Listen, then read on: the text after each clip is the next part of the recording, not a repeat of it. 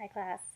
I've just been going about my day-to-day and thinking how a week ago I was teaching History 7 and History 8, and here I am at home working on getting these classes online as quickly as I can, and we're all encouraged by the governor to stay home.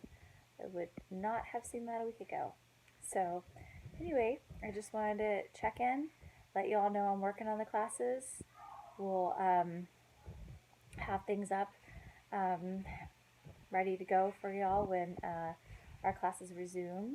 Uh, we are pausing classes until the 28th of March, so you're always welcome to send me questions.